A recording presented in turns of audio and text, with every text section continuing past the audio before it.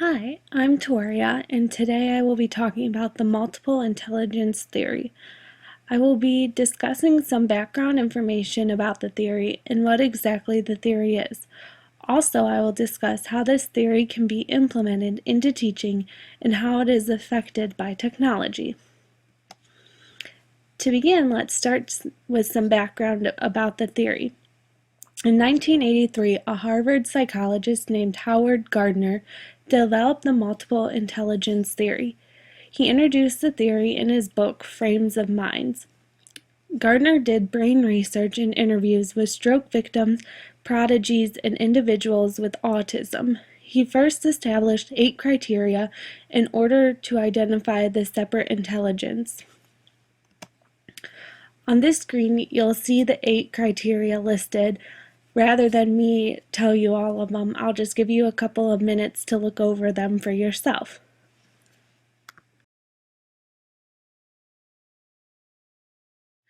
So what exactly is the multiple intelligence theory? This theory suggests that each individual possesses 7 intelligence in varying degrees. The theory supports the fact that students have different strengths and weaknesses in the classroom.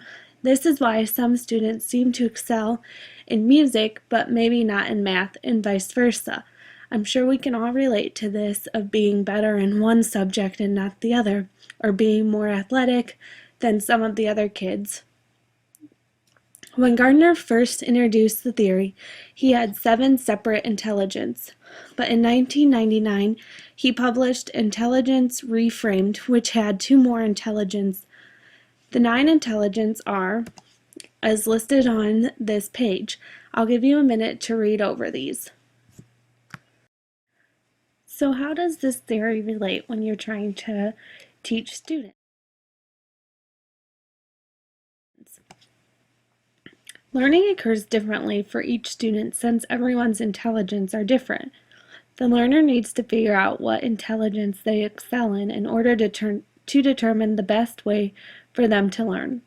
And the teachers need to recognize that the learners are going to learn differently and try to create lesson plans that appeal to these different learning styles.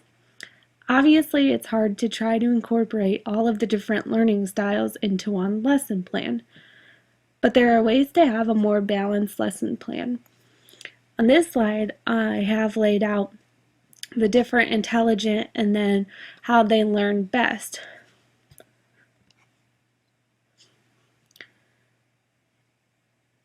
In order to create a more balanced lesson plan, teachers should try to incorporate art, self-awareness, communication, and physical activity. Some examples would be show a video or use music, have the students paint or do a journal assignment, class discussions, have students move around the room, play games like Jeopardy, or use the computers.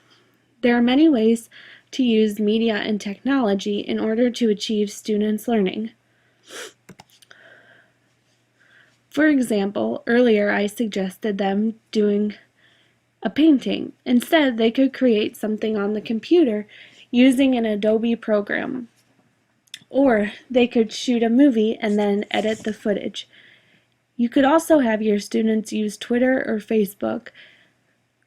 There are many different games that you can find on the internet, so you are bound to find something that relates to your lesson plan.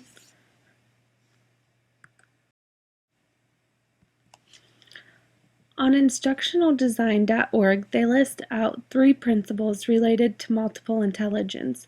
I like to share these with you because I think they summarize the theory and what I discussed today.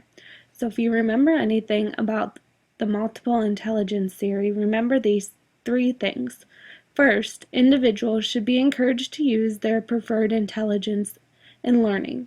Second, instructional activities should appeal to different forms of intelligence.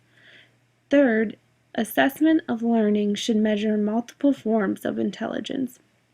If you're curious to see what intelligence you fall into, I've copied a link to take a quiz to find out. Thanks for listening.